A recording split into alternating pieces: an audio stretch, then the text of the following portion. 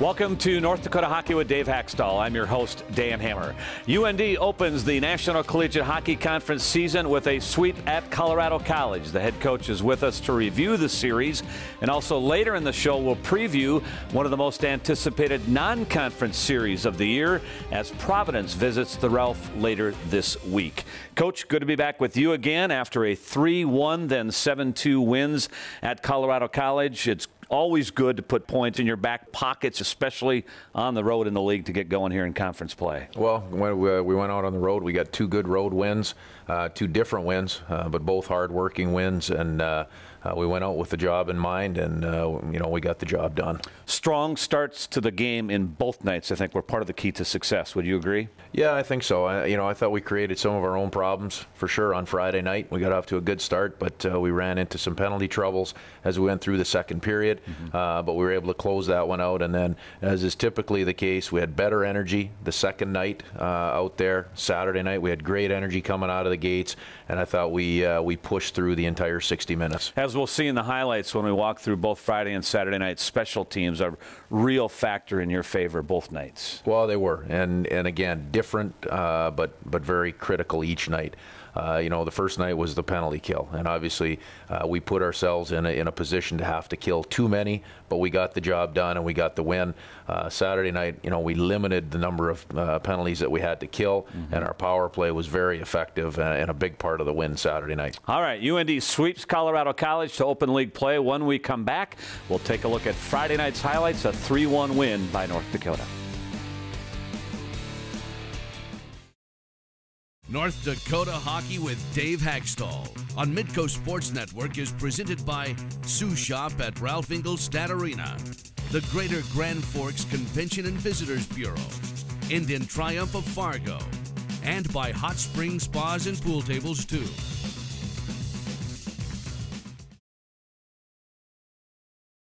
Welcome back to the show. Let's take a look at Friday night's highlights as North Dakota opens NCHC play at the World Arena in Colorado Springs. And Coach, a couple of early indicators in this hockey game I think that you would see play out then the rest of the game. One of the early indicators, getting to the net and also creating traffic in front of the Colorado College goaltender. Well, it was one of our keys for going into the game Friday night. To have success, we felt like we had to get to the top of the blue paint. We had to create a little bit of traffic in front of their goaltender, and we were able to do that. Another early indicator in this hockey game would be Zane McIntyre. I think he had some early signs in this game that he was on top of his game and seeing the puck well, and he would, in fact, be one of the keys to this game. Yeah, there's no question. He made a couple of saves throughout the first period, this being one of them. There's another breakaway save that he makes and a half breakaway that he also makes a great save on. He was the difference maker in the hockey game early for us, gave us a chance to get going and gave us a chance to go out and build a lead. And here is the biggest swing of the first period, biggest swing of the hockey game, arguably, as McIntyre will stop a breakaway and then a partial breakaway. Then you'll follow that up with two quick goals. Yeah, 4-on-4 here. We're just we're pushing for offense too much. We've got to have one of our D-men back, and Zane steps in, does a great job on the breakaway. And gives us that opportunity to get back up ice. And then just seconds later, after one trip in your offensive zone, it's a partial breakaway by Hunter Fegis, and McIntyre will stone him. Yeah, same exact situation, same guys on the ice, and we do a better job at least pushing him to the outside. Zane gives them absolutely nothing to shoot at. And again, we've talked about it, the critical part of the game, and he gave us an opportunity to get back on the offensive side of the puck. And then you're going to score 2 goals in 44 seconds, and both of the goals are net front goals. Yeah, it starts with Mark McMillan taking a puck to the net. That creates the initial chaos. We recover it, and we take it right back there. And as you can see, it's a sea of humanity in that crease, and that's what we wanted. And then somewhere on the bottom of that pile was Mark McMillan scoring the goal, a power play goal to make it 1-0. Then seconds later, Connor Gorder will make a play off the wall, sets up Brendan O'Donnell to make it 2-0. Just a great cutback play by Connor Gorder. Again, it's a safe play after we just scored a goal, but he makes a great offensive play. Brendan O'Donnell on the top of the blue paint, makes no mistake. Wow, what a swing. Back-to-back big saves by McIntyre, 2 goals, you're up 2-0, and you continue the pressure then for the remainder of the first period, and in the final seconds of the period, you're going to make it 3-0 here. Yeah, again, this is, this is just a good play. Stand on a puck. Again, a simple play by Mark McMillan to snap that puck to the net. It creates, a situation where CC has to be on the defensive side, and we just make a nice cycle play up top. Again, great net front by Mark McMillan. Play doesn't happen unless we have outstanding net front. He gets a stick on that, and it ends a big period for us. Big time period, 3-0 after 1. We go to the second period. Now, you had an early power play in the second period. You generated 4 good chances, and it helped you keep that momentum rolling into the early portions of the second period. We had a tremendous start to the second period. We came out, we were on our toes, we were in attack mode. We had 1 great power play. Our 5-on-5 play was really good. We had the start that we wanted. We just didn't sustain that. We sagged a little bit mentally, and we spent too much time in the penalty box. Yeah, and your penalty kill then as the period wore on would be another difference in this game. 5 CC power plays in the second period, but Zane McIntyre was good, and your penalty kill was up to the challenge here in the second period. Yeah, on the road especially, your penalty kill or your goaltender has to be your best penalty killer in a lot of instances, and I thought Zane was that. We did a good job killing, but we also burnt an awful lot of energy through those penalty kills. A little more than 7 minutes on the penalty kill in the second period. It's way too much. That's an obvious statement, and it's something that we addressed as a group after the game Friday. You called the timeout with about 8 minutes left here in the second period, just to give your team a little break here and refocus after spending a lot of time in the penalty kill in the period. Yeah, those are easy timeouts to use, and there's no use keeping them in your back pocket and having them left over at the end of the night. That's a critical part of the game to get through what was a tough period for us. At the end of the day, it wasn't pretty, but our guys did a good job surviving it. Third period, we got back to more 5-on-5 hockey. Did you feel good about the third period again in terms of creating that momentum? You created 14 shots on goal. We did. We felt we had a good third period. You saw outstanding individual play there by Drake Kajula to create the breakaway. We felt we got back to it and had a good third period, even though there were times when we had pretty heavy legs. Again, a lot of that probably due to the amount of time we spent working hard, killing penalties. Right. But we had an overall pretty sound third period. 3-1 the win to open the road series in Colorado Springs. We talked to several of your players after the game, and theme was getting traffic in front of CC goaltender Tyler Marble. I think all 3 goals were right on top of the crease, and if you want to score in college hockey, that's how you got to do it, especially with a young goalie back there in Marble. So, especially with a young goalie in college hockey, you got to get to him and try and get on top of his crease, because if goalies are going to see the puck, they're going to stop it in this league. Yeah, it's kind of a staple of our hockey team, just working hard. All 3 of our goals came in the crease, so that's huge for our hockey team. That's what we need to continue to do, is get to the dirty areas. You put pucks and bodies in net, good things are going to happen. Zane McIntyre stopped 31 shots in the win on Friday night. He talked to us about the 2 key stops in the first period and seeing a lot of traffic and making a lot of stops in the second period. Maybe a difficult period for a team. We just kind of shot ourselves in the foot, taking a couple unnecessary penalties, and then just kind of got out of rhythm compared to rolling 4 lines, getting everybody involved and stuff. So I think it was fun. Obviously, seeing a lot of shots and stuff. You signed up for the job for a reason, so I enjoyed it. I gotta enjoy those things. It's always nice having a guy like Zane back there in net for us. He's undoubtedly one of the best goalies in college hockey, and we have a chance to win every night when Zano's playing back there for us. He brings it every night, and it was no different tonight. Obviously, a couple big saves on the breakaway and stuff, and if it's not for him tonight, we don't win. Dave, the penalty kill group effort, but how about Troy Stetcher's play on Friday night on the penalty kill and overall being a real difference maker for you? Yeah, Dan, I thought he was one of the veterans that was outstanding throughout the entire weekend. I think we really looked towards our veteran leadership to lead us through this, this first full weekend on the road, and he was one of the guys that really stepped up. Ton of situations on the penalty kill. Good solid play. And a lot of ice time by number 2 over the weekend. So UND goes for the sweep. We'll take a look at Saturday night highlights coming up next here on North Dakota Hockey with Dave Hakstol.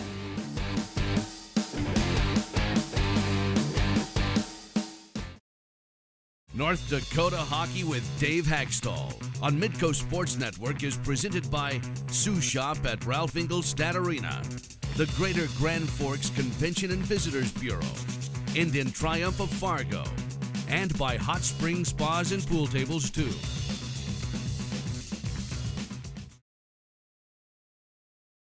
Welcome back to the show. Coach, let's take a look at Saturday night highlights from Colorado Springs. You had not swept CC in their building since 2010. You go for the sweep on this Saturday night. And again, a strong start for you in the opening 20 minutes of this hockey game. Again, right out of the gates. Yeah, we were on our toes right away, and I liked the way we were playing without the puck. Our defensive play was very good, and offensively we were jumping, we were on our toes, and never hurts to get off to a great start scoring a shorthanded goal. Yeah, Nick Schmaltz bangs one off the pipe here early in the game. Then you're going to transition well through neutral ice here. Trevor Olson's going to get a good shot. So you had a lot of tempo going early in this game. We did. We were pushing the pace. We had good net front. We were doing all the things we wanted to do to come out on a Saturday night to try to push for that second win. Yep, and special teams would be the big key in this hockey game, as you would score both power play goals and shorthanded goals. Here's a shorthanded goal. Michael Parks wins the puck and sets up Mark McMillan with the shorty. Yeah, a little bad fortune for the CC defenseman there. His stick breaks on the one-timer, and we take advantage of it. Great speed play. Those two have done that before and made no mistake on that play. And your power play on this evening, lights out. Well, again, we had a lot of opportunities on the power play, but the real key there is the execution and production on the power play. And, you know, we had 3 units that were going pretty good, so we had a lot of energy. We kept it simple, and we executed. 2-0 there as Paul Ledoux gets the goal. Dave, let's talk about your defense in this hockey game, because I thought you were in the grill of CC all night long. Didn't give them really much room and space. Well, it's what we talked about again, you know, really after every game so far early this year is just we need to get closer to playing that complete style of game. Just a consistent level where we're hard to play against. We're playing faster without the puck. We're hustling to our spots and just doing simple things time and time again. I thought we did that throughout this hockey game. Under 6 minutes to go in the period, a major penalty on Hunter Fegis. You go on a 5-minute power play, and you're going to bang home a couple more here. Tucker Pullman's going to get his first collegiate goal. Yeah, I like the urgency on our on this first 5-minute major. We didn't waste any time. We had we had possession right away. We got pucks to the net. We had great net front traffic. Those are tough things to kill against, and we did a good job of it. You could almost sense a killer instinct with your hockey team at this point of the game. Yeah, I mean, we smelt a little blood here, and to be able to build a lead as we go through the first period is awful nice to be able to do on Saturday night on the road. Just a minute and 26 seconds after the Pullman goal, it's Jordan Schmaltz. He's going to score on a wrister here. 8 points from the decor in this game, and it's 4-0 now in the first period. Yeah, well, again, you know, we had quite a bit of time and space around the outside here. You know, it's number 8 to number 24. He gets his head up and snaps it in the far side. This is really probably the one goal that I thought the CC goaltender probably should have stopped of the first ones. He had a pretty good look at it, but Jordan blew it by him. 4-0 at the end of one. Total control by your hockey team after the opening 20 minutes. Go to the second period. Face-offs. Dominant in the face-off circle on Saturday night, winning 34-65. Yeah, it's always such a key part of the hockey game. And, you know, even this is a lost face-off that we're on our toes. We're jumping. Trevor Olson jumps, whacks the first one on net and then finds his own rebound. That's being intense on those first 50-50 puck battles. You had to be really pleased with the way you moved the puck. Really good setups for teammates throughout this game. We did. You saw Michael Parks hit a nice seam play there to Johnny Simonson, who hit a couple of pipes within a couple minutes in the second period. You know, unfortunately, we couldn't build a lead. We had a lot of good opportunities to do that. But we couldn't build that lead to the 5-0 mark. Yeah. Trevor Olson with another good chance there. He said that puck grazed off the skate of the Colorado College defender. Go to the third period now, and you're going to tag on 2 more power play goals. And you're going to extend the lead with Paul Ledoux's one-timer here to make it 5-1. Yeah, just putting the nail in the coffin. You know, again, we had another good opportunity on the power play. You know, we mixed it up pretty well, but everything we're doing is pretty simple here when you look at it. Again, we've got great net front. We took away the goaltender's eyes, and Paul Ledoux got all of that one. 16.5 minutes of power play on Saturday night, 5 goals, 14 shots. Did the Olympic-sized rink have anything to do in the execution of your power play on Saturday or the weekend? I don't know how much it really has to do with anything. You know, most of our play is still hash marks and in. You know, sometimes I think on the Olympic rink it helps a little bit in terms of possession, you know, in jumping on second pucks. If you're on your toes, if you can get to those, now you have outlets maybe a little more readily available. That was the goal that made it 6-1. Mark McMillan deflected it in. McMillan would add a later goal for the hat trick on the night. 7-2 is the final. Following the win and the sweep, we chatted with Mark McMillan, Jordan Schmaltz, and Paul Ledoux. Special teams is a big part of tonight. You know, lots of penalties. They had two 5-minute majors, and we had a 5-minute major, and a couple of shorthanded goals. And you know, when your special teams is working like that, it's going to be a lot easier to win the game. You know, our forwards, you know, Nick on our unit, Mark Mack on the other one, and Simo, they're doing a great job of drawing forwards to them, and you know, and they're kind of getting the pucks through their skates and their sticks and getting the pucks to the D, and you know, we have open lanes there, and you know, we're fortunate to find some spots tonight. We came to play today. You know, the whole day we were focused, and you know, that was huge for us. And we stayed out of the box, which was good, and we put a lot of pressure on their D. And our forwards played great tonight, working it down low, and you know, everything just seemed to work out. Senior center Mark McMillan, the NCHC Offensive Player of the Week, a career night for Mac on Saturday night. He had a hat trick. He had 5 points on the night and a 7-point weekend. Mac, though, being the team guy, says it's all about the entire team.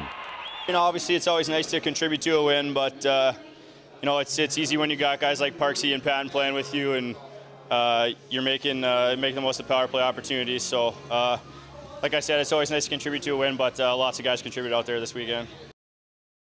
Coach, one guy that wasn't prominent in the scoring sheet on Saturday night, yet I thought was very effective both Saturday and Friday with the style play, was Connor Gorder. Yeah, you know, Connor just adds that element of stability.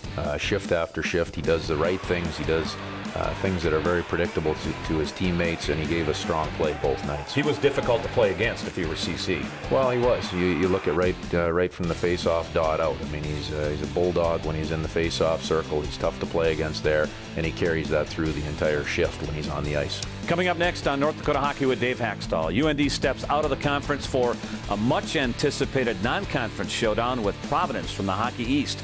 We'll preview that series next. North Dakota Hockey with Dave Hakstol on Midco Sports Network is presented by Sioux Shop at Ralph Ingolstadt Arena, the Greater Grand Forks Convention and Visitors Bureau, Indian Triumph of Fargo, and by Hot Spring Spas and Pool Tables too.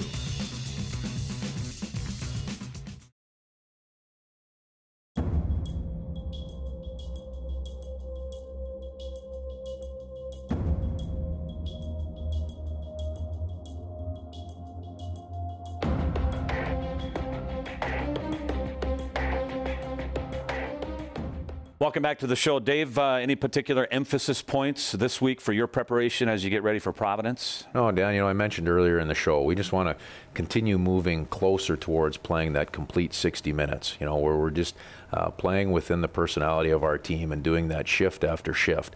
We're working towards that. We had a pretty good night on Saturday night. Now we can go back to work through this week of practice and continue to push for that type of game. Well, the building is certainly going to be jumping this weekend. It is a very much anticipated series.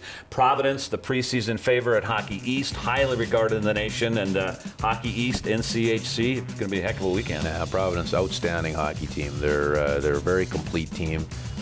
You know, from goaltending on out, very complete team. They play well in all three zones. They attack with speed. They're a strong veteran team, so it's a great matchup coming into the weekend. Two great goaltenders in this series. Zane McIntyre, John Gillies of Providence. What type of goaltender is Gillies? Big guy, 6'5". Well, he's a big guy. He covers an awful lot of the net. There's not a lot of net to shoot at, you know, when he's on his angles. He's a big guy. He's competitive. He's got a ton of experience at, you know, at our level and international levels. So that'll be a great goaltending matchup on the weekend. You've gained momentum on the road, 3 straight road wins now. What's this team's mentality on the road, and how do you carry that over into Friday night in the Ralph? Well, I don't know if it, you know, if it's a road mentality necessarily. I think it's just the mentality of our team that's growing, and we want to continue that. very obviously here on Friday night. It's going to be against a great opponent. You know, we'll be ready, we'll be prepared, and we want to continue building our season. We've got a string of 5 non-conference games starting with this series this weekend. This is an extremely key part of our season. Okay, Dave, good luck this weekend against Providence, and we'll recap it next week here on the show. We're back with the final wrap here on North Dakota Hockey with Dave Hakstol.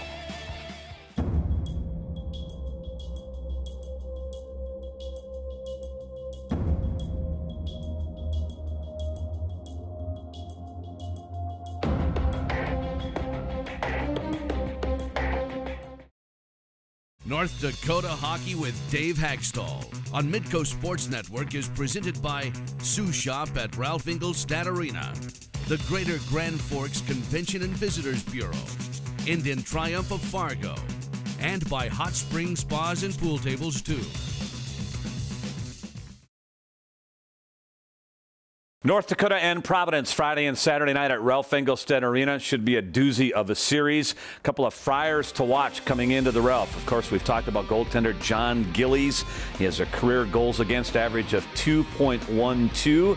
And also senior forward Russ Mauerman. Mauerman has led Providence in scoring in each of the last 3 seasons. He's entering his senior year now.